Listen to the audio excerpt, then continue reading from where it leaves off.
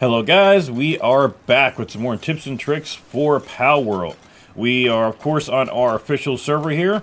As you can see, I have changed a few things up about the basics, expanded a bit. We'll be streaming again tomorrow, but right now you guys are here for the tips and the tricks I've got for you. Right now it looks like we got a raid, so we'll be right back at you after this raid. Alright, we are back. We survived that raid, and that's going to bring us to our first tip actually, and that is, you see we made our base out of stone here. It turns out if you have a wooden base, it can catch on fire and burn down, and there's nothing you can do about it. So tip number one is, as soon as you can, you need to upgrade from a wooden base to a stone base. If anything catches your stone base on fire, it will spread. It will catch anything else that's flammable next to it. There's no rain in the game that I've seen. There's no way to put the fire out. It will just burn all your stuff down. So as soon as you can, upgrade from a wooden base to a stone base, at least. Alright, tip number two, and this is going to involve mining. So that's going to be tip number two and tip number three. Tip number two is going to be, I know I've seen a lot of videos of people making these ore bases around where they have automated ore forming. Do not do that right now. Or I should say, you can go ahead and do it if you're going to be AFK. However, if you're not going to be AFK at that base, do not do it. Here's why. Unfortunately, right now, bases are not loaded if you are not there. So these ore farms, if you set up an ore farm base like we have here, this is a very popular spot to make an ore farm base at. I actually had one set up, had the berries farm set up, I had my guys taking care of themselves. However, if you are not at the base, they will not be working. So I was not getting ore while I did not have the base loaded. However, here's the bug I found in this, and this is what makes it even more important not to have your pals at the base if you're not there. Even if they are not actually working and they do not have the ore for you, they will still lose sanity and get hurt as though they had been working the entire time. Twice now, both in single player and on the server, I set up the bases, left, came back hours later, and my pals were starving, they were hurt, no one was working, and there was no ore set up at all, okay? If you are not there to let this ore farm run while it's loaded in, do not rely on this for an ore farm. Instead, I've got an alternative for you, okay? So here, at the ore farm here, I do not have any pals out right now. I have got my dig toys. I went ahead and got my, it's called a headband, the dig toys headband. But what you're going to do is let your dig toys out. He's going to start digging automatically over anything that's nearby. Use the dig toy special ability, and they will just demolish this ore. Okay? So go ahead and get yourself at least one dig toys, and they will dig these out pretty quickly. You can see how quickly he took care of that rock. He's starting on another one. You can see I've still got some energy left for my special ability. I'm going to go ahead and use that up. Now, you're going to say, well, what happens when that special ability runs out? Well, unfortunately, it does take a while for that ability to charge back up. Well, here is the next part of this tip. To recharge the ability, all you've got to do is take that PAL, open up, or put him into your PAL box. Okay, that wasn't him. This is him. So you see it disappeared. This is a PAL. Put him in the PAL box, take him right back out, and lo and behold, boom, he's got full energy again. Okay? So take that dig toys, take that headband, use a special ability, dig up your ore, and then once he's out of energy, go ahead and put him back to your PAL box, rinse, repeat. There's no limit to this, okay? And you see he's just going ham on here. I just activated it again. He'll just start spinning non-stop until that ore is gone.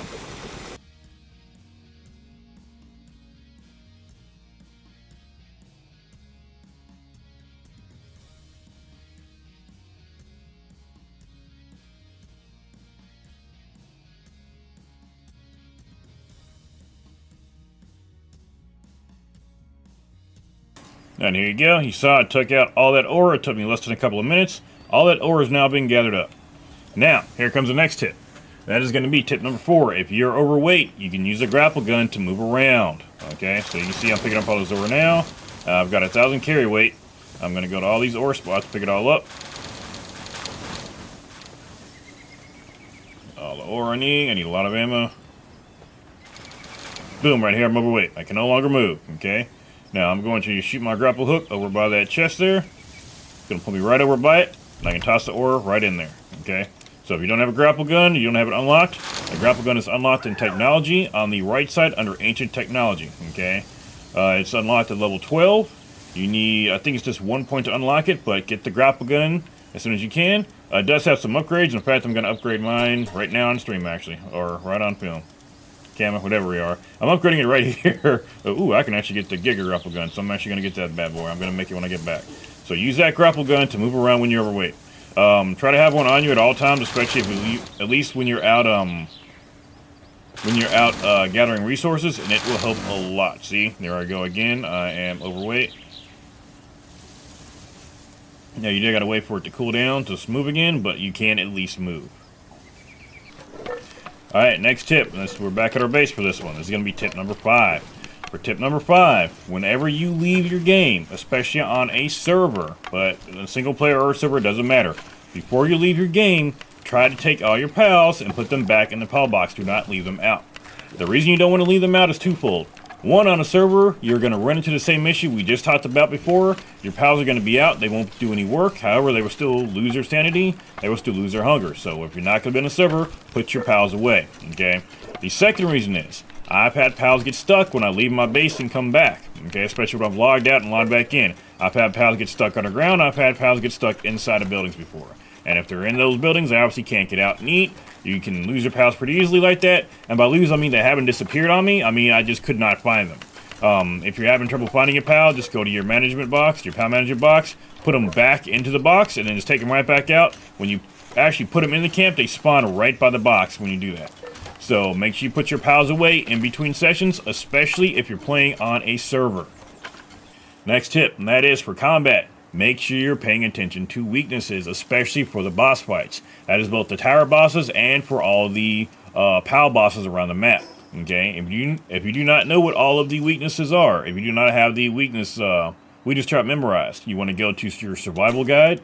You want to scroll all the way down till you see elements, and this will show you what all the elemental weaknesses are. Okay, so it shows you right here: fire beats water. Water beats fire. Fire beats both grass and ice. Grass beats ground. Ground beats electric. Electric beats water.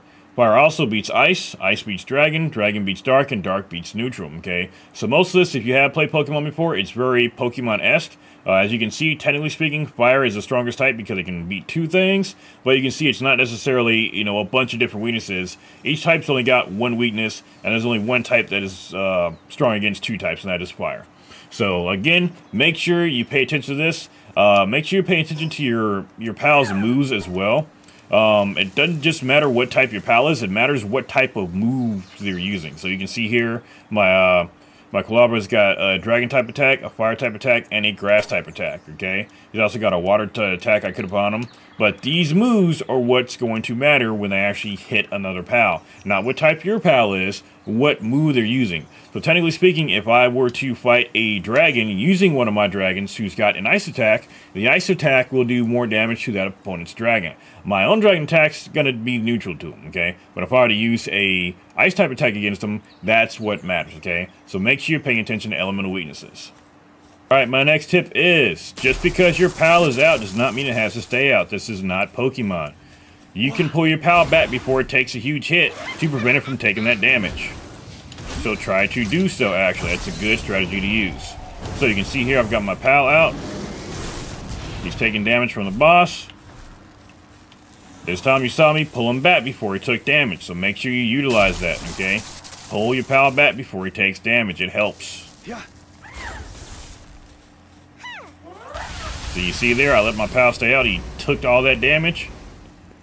You can easily prevent that by just pulling him back.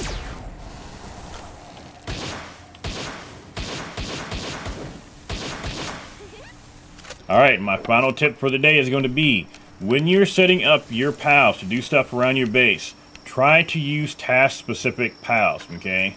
Now, a lot of the early game pals, I'm going to show you here in the box, a lot of the early game pals, such as Kativa, they can do a lot of different things. So here you can see Kativa, they can pick up things, they can mine, they can both harvest, and they can actually create items for you, okay?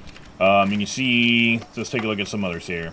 You can see that Limfunk can plant seeds, they can make things, they can harvest, they can log, they can do medicine. This is all nice and good when you're first starting out, but once you start getting a bigger base, we run into the problem to where the pals don't necessarily stick to what you tell them to do.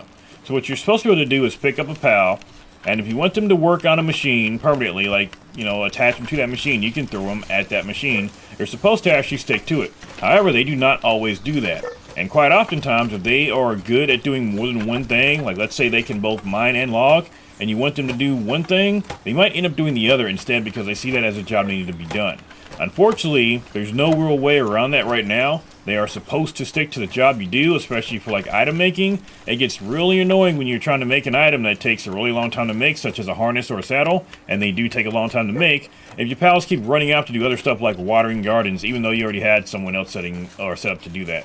So try to use very task-specific pals. Here you see I've got some loop moons. These guys, all they're good at is making items, okay? You see them, I have them on the assembly line.